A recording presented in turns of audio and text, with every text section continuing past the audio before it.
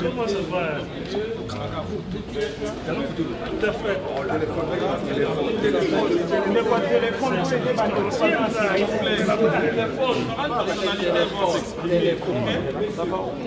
on s'exprimer, nous commençons, honneur à la dame, nous commençons par madame Marie-Josée. On commence par l'État. Madame Eya Noizana.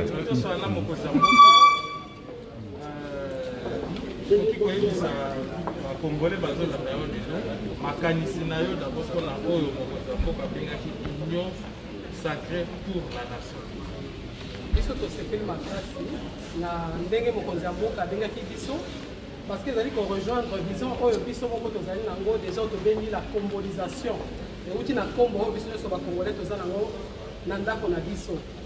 Et na kati ya vision wana na point 3 tolobaka tozosenga unité nationale yango wana mokonzi ya mboka asali yango lelo parce que période oyo tozali nango lelo ezali ngonga ya peuple parce que ezali slogan oyo bango bazali koprône durant 38 ans et lelo bazwi bokonzi toza na besoin lelo que peuple a comprendre qu'ezali ère ya peuple congolais eza ntango na ye yango wana pendant que mokonzi azosala baconsultation awa na kati biso Marie-Josée Ifoku présidente de l'Assemblée nationale a lancé un mouvement moko abengi yango la combolisation en marche tobandaki yango avant même président sala discours na ye mpona baoyo balandaki biso tokitaki sur terrain biso tosengi consultation na peuple congolais tosengi peuple asigné bapétition mpona ete peuple ye moko aexprime puisque awa tozali bazokutana na baleader d'opinion mais biso tokei na contact direct na peuple mpona peuple ye moko mpe aexprime oyo ye alingi tosengaki libala ya FCC na cache ekabwana parce que ezoliesa bana te ezosunga biso te mboka eza koavance te bokonzi ezala na mitu mibale te tosengaki président a nommé un informateur mpona ayeba kokonstate une nouvelle majorité mpona ye permettre ye ayeba kokamba mboka de manière à ce que a nommé gouvernement ya sika gouvernement oyo ekoprépare biso durant de 3 ans mpona selon biso tokende na renaissance mbotama ya sika ya Congo. Parce que c'est seulement Moulaï, mais nous avons qu'il faut profiter de temps parce que l'alternance pacifique est si brèche dans le peuple congolais. On a pour botissa Congo ya sika. Congo oyo kozana ba loi ya biso moko, Congo oyo kozana ba loi o biso moko to sali. Donc voilà moi ndambo biso to yeba ki ko yebisa mokonzi ya mboka yangwana. Madame, je voudrais bien le résumé en français. Qu'est-ce que vous pensez de la coalition FCC Cache et de l'Union pour la nation? Bon, je pense que je viens déjà de le dire à travers le résumé que je viens de faire en Lingala, c'est que nous voulons dire dans notre pétition que nous avons initiée, nous avons commencé avant que le peuple ne puisse faire son discours, nous avons commencé 2 jours avant, nous avons pris cette initiative de consulter le peuple congolais, afin que le peuple puisse s'exprimer. Parce que ce que nous voyons au sein du Parlement, nous ne trouvons pas cela normal. C'est pourquoi nous avons été voir le souverain primaire pour qu'il puisse s'exprimer lui-même. Et à notre grande surprise, nous avons constaté que le peuple ne veut plus de ce mariage, ne veut plus de cette coalition parce que le peuple ne se retrouve pas, il n'arrive pas à manger à sa faim, il n'arrive pas à se faire soigner, ses enfants n'arrivent toujours pas à aller à l'école. Alors, raison pour laquelle nous avons initié ces pétitions-là. Et 2, nous avons demandé que le président de la République puisse nommer un informateur. Et 3, nous voulons que le gouvernement Ilou Kamba tombe parce qu'il nous a fait un discours creux à l'Assemblée nationale. Et jusqu'aujourd'hui, vous-même, vous êtes journaliste, allez lire tout ce qu'il avait dit. Il n'y a rien qui a été exécuté jusqu'aujourd'hui. Donc c'est un gouvernement qui ne nous sert absolument à rien. Alors nous voulons que le peuple signe en masse cette pétition pour exprimer sa volonté de vouloir un changement au niveau du gouvernement pour que nous puissions enfin construire notre pays et aller vers une renaissance. Merci.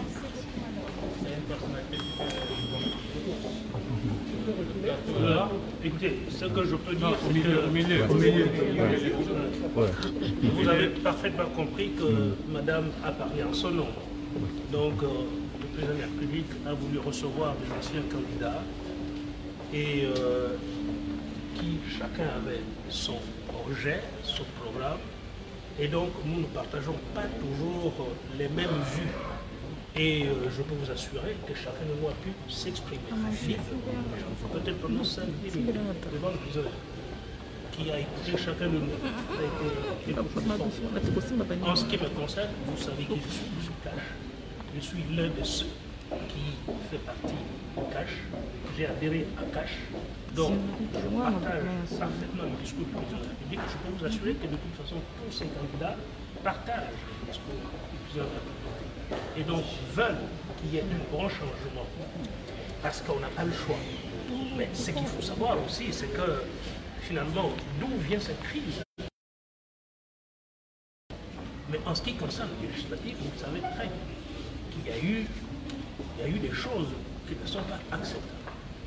Parlons par exemple du Bandoulou, du Quilou. Vous avez été le jour de la proclamation des législatives. Je pense que c'est la salle qui a hurlé. Parce que cette proclamation de la province du Bandoulou et de ma circonscription a été faite de manière quelconque. Tout le monde le sait. Ça a même été, comment dirais-je, filmé. Vous avez des documents là-dessus. Voilà. Donc on est parti de celle-là, du fait qu'un président a gagné l'élection, mais qui se retrouve face à une majorité parlementaire qui est quelconque, qui a été fabriquée. Qu'est-ce qu'il fallait faire? On devrait s'attendre forcément à la crise qui a eu aujourd'hui. Et donc, nous sommes dans un régime qui est un régime semi-présidentiel, donc en fait un régime parlementaire. Et le président de la République ne partage pas la même vision avec le Parlement. Nous sommes en crise en fait. Comment faire? Bon, chacun de nous a remis un mémo au président de la République. Et effectivement, il ne nous appartient pas de révéler le contenu de ces mémos.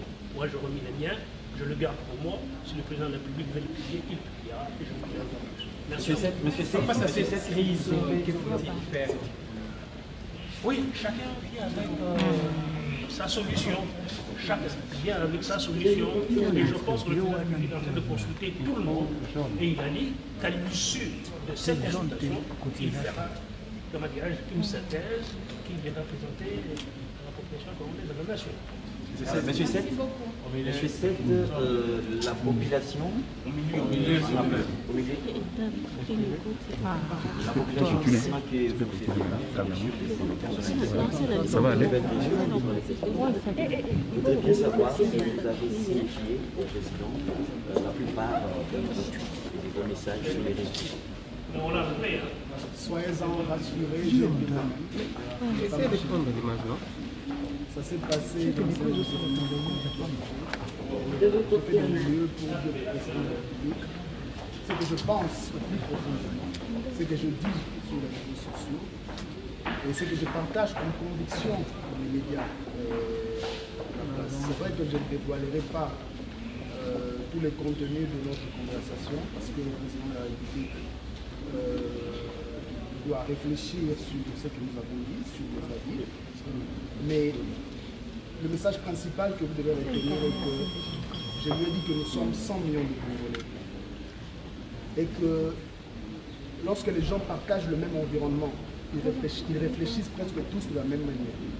Mais il y a une différence entre nous et lui, en tant que président de la République. Lui dispose de l'information. L'information que nous n'avons pas.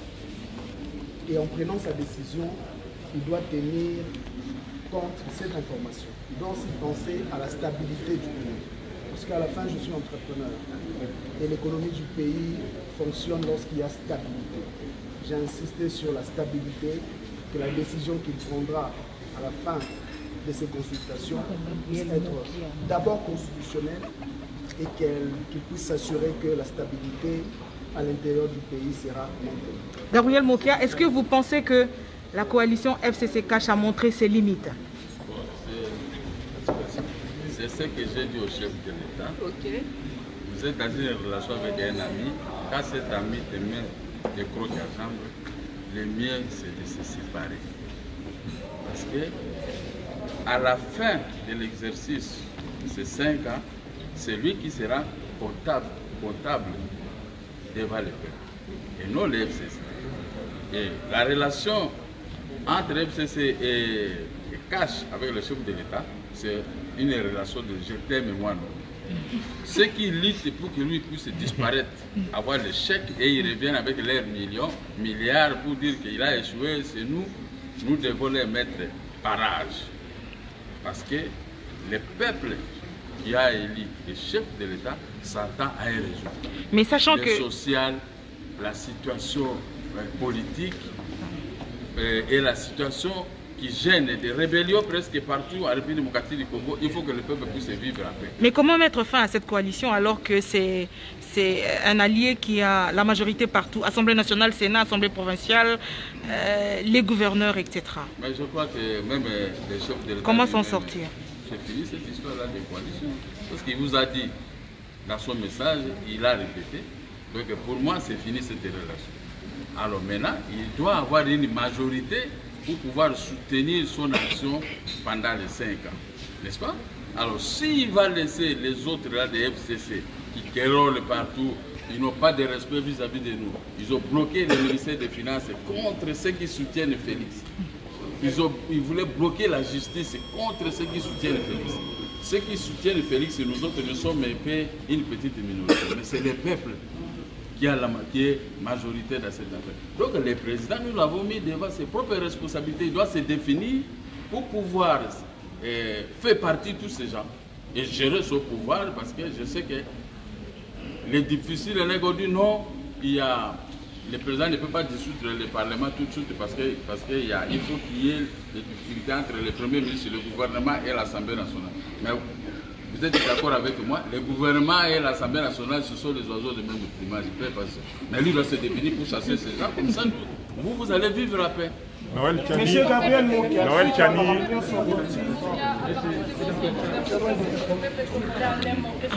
Nous avons donné des idées. C'est à lui maintenant qui va mettre des idées dans son discours qui va tenir des Noël Tchani, acceptez. Nous avons donné des idées quand même que vous avez compris. Monsieur Mondial. Noël Tchani. Ah, Noël Tchani est là, prenez Tchani, s'il vous plaît. S'il vous plaît. Noël Tchani, le président propose l'union sacrée pour la nation. L'union sacrée de la nation, peu importe. Vous adhérez à cette idée du chef de l'État? Oui. Dans la discussion avec le président de la République, nous avons d'abord fait le constat que le discours qu'il avait prononcé de 7 minutes, ce discours faisait un diagnostic réel de la situation du pays. Il avait reconnu qu'après l'alternance survenue au sommet de l'État, très peu de choses ont changé dans la vie du Congolais et que tous les défis restaient entiers. Les gens n'avaient toujours pas d'eau, d'électricité, des services de télécommunications. Beaucoup de personnes n'avaient pas à manger. Les écoles, les enfants ne sont pas équipés comme il se doit. La gratuité de l'enseignement, même si elle a été décrétée, il y a des écoles où les enfants ne reçoivent pas les enseignements qu'il faut. Donc nous avons reconnu collectivement qu'il y a tout à faire dans le domaine du développement. Maintenant, nous avons aussi posé la question de savoir comment est-ce que nous sommes arrivés à ces résultats médiocres 2 ans après la mise en place donc, de la nouvelle administration. Nous avons tous reconnu que le pays a été géré par une coalition, la coalition FCC Cash. Et cette coalition, à l'intérieur, il y a des gens qui veulent que le gouvernement puisse réussir, que le chef de l'État puisse réussir. Il y a des gens qui font tout pour qu'il puisse échouer. Maintenant, le fait qu'il ait reconnu que les choses ne marchent pas comme il faut, et le fait qu'il ait appelé tout le monde à venir autour d'une table qu'on appelle donc l'union sacrée, c'est une position que nous partageons.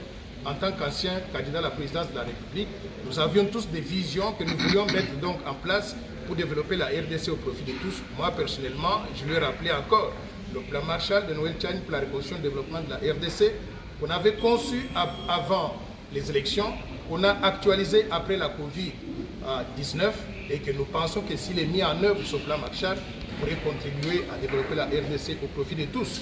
Nous avons attiré l'attention aussi sur le fait que certaines institutions qui sont supposées mobiliser des ressources qu'on peut utiliser pour développer la RDC, pour mettre en œuvre différents programmes de développement, ces institutions semblent ne pas fonctionner comme il se doit.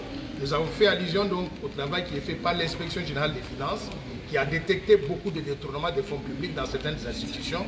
Et nous demandons que nous puissions maintenant mettre en œuvre une nouvelle vision de développement, mais en réunissant tous les Congolais autour d'une table, qu'on appelle donc l'union sacrée. Pourquoi? Parce que s'il y a exclusion, s'il y a simplement le FCC Cash qui s'occupe du développement et tout le reste de la République est exclu, je pense que nous ne pouvons pas donc réussir en tant que pays. Est-ce que vous pensez que c'est possible de le faire avec la coalition, avec la plateforme FCC? Est-ce que vous pensez que c'est possible de maintenir la coalition avec le FCC? Non, nous pensons que la coalition est morte et qu'il faut sortir de ce cadre-là, créer un cadre beaucoup plus inclusif pour que tout le monde puisse participer aux efforts de développement du pays. Et nous avons évoqué plusieurs options, notamment la possibilité pour le président de la République de désigner un informateur qui puisse d'abord, au niveau du Parlement que nous avons aujourd'hui, se poser la question de savoir qui veut adhérer à l'Union sacrée. S'il y a des parlementaires qui constituent la majorité au sein de l'Union sacrée, il n'y a pas besoin de pouvoir dissoudre l'Assemblée nationale. Mais si on n'arrive pas à trouver cette option-là de réunir une nouvelle assemblée, une nouvelle majorité autour du président de la République, je pense qu'il sera nécessaire à ce moment-là d'envisager donc la dissolution de l'Assemblée nationale. Monsieur Mokia, la résumé, nous au sein de la résumé est simple.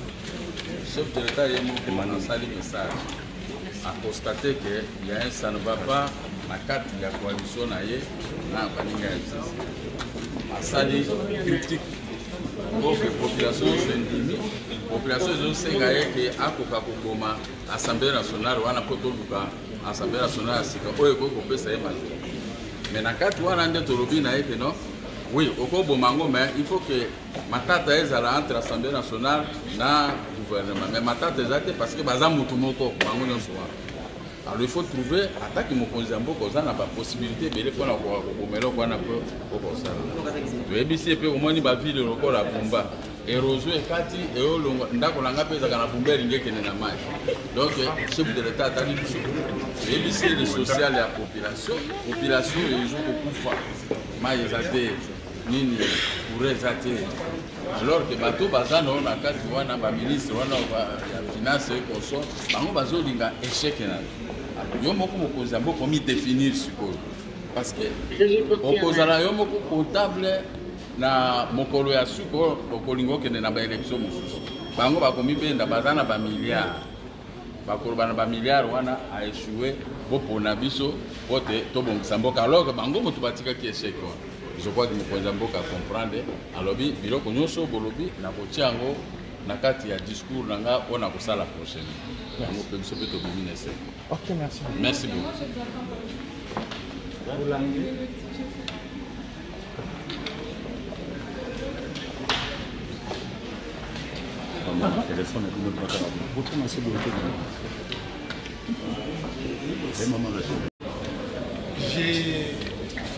J'ai posé des actes d'avocat, j'ai écrit au président de la République, j'ai même sollicité de la rencontrer.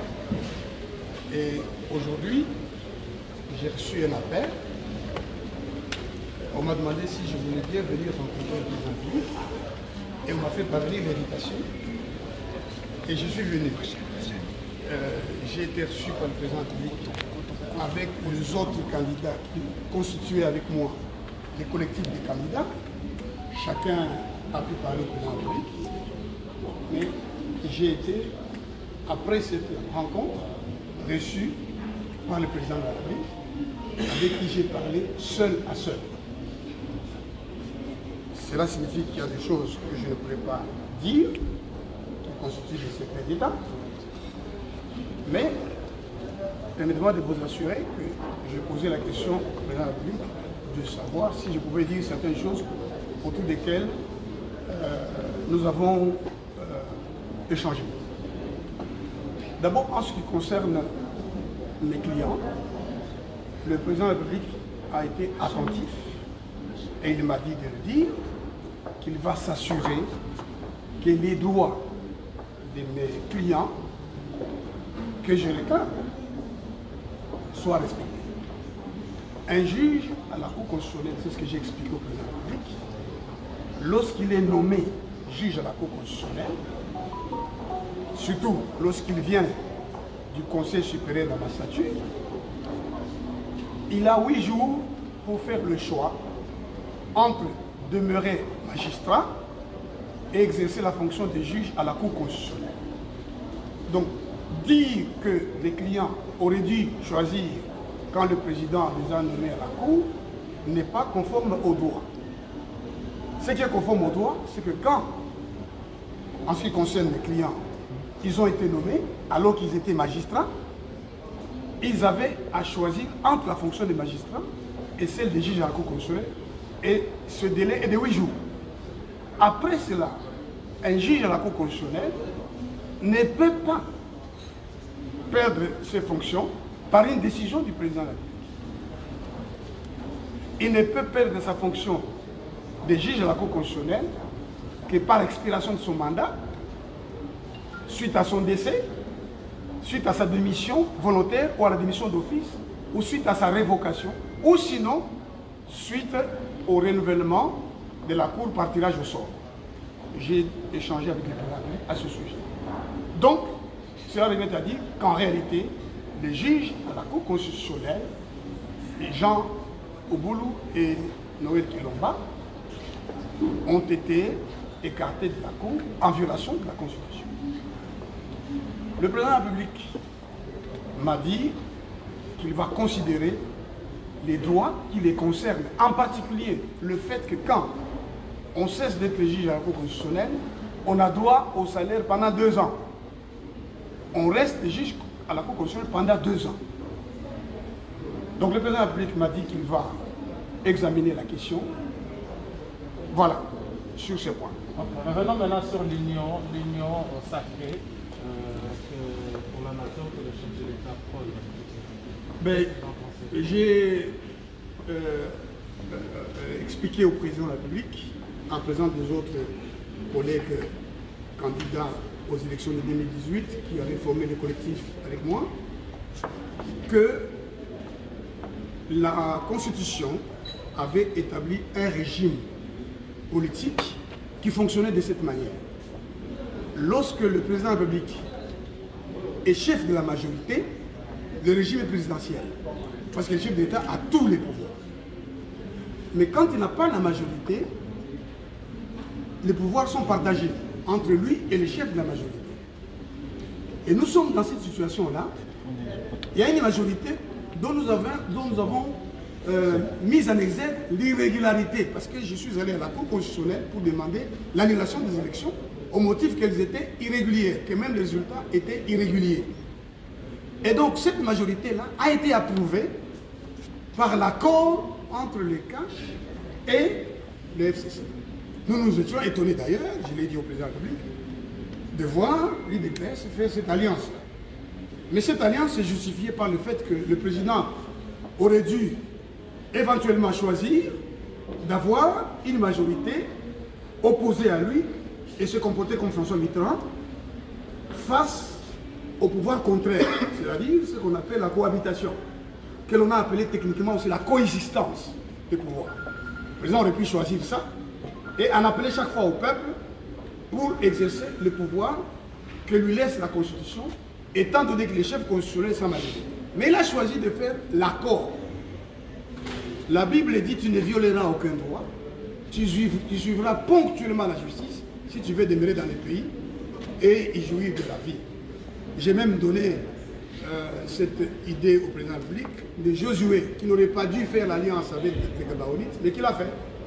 Et lorsque Saoul est venu en violation de cet accord s'en prendre aux Gabaonites, Dieu a puni Israël. Quel est donc l'avenir aujourd'hui? Donc, non, le président de la République m'a répondu tout de suite, il m'a dit, parce que je lui ai dit qu'il a cette réalité juridique et politique, c'est-à-dire qu'il y a une majorité qu'il a approuvée et à cause de laquelle, pour lui permettre de gouverner, il a fait un accord. Va-t-il se lever un matin et balayer cette majorité? Ce serait la crise. Il va violer la Constitution parce qu'il faut qu'il y ait une crise persistante entre le gouvernement et l'Assemblée nationale. On n'est pas dans le cas d'espèce. Et donc le président de la République m'a informé qu'il va dialoguer aussi avec cette majorité et qu'il devra nécessairement lever des options qui ne vont pas à l'encontre de la Constitution. Et nous lui avons dit qu'il faut absolument qu'il respecte la Constitution parce qu'il a prêté serment devant Dieu et devant la nation de respecter la Constitution. Et puis nous avons prié ensemble. Voilà.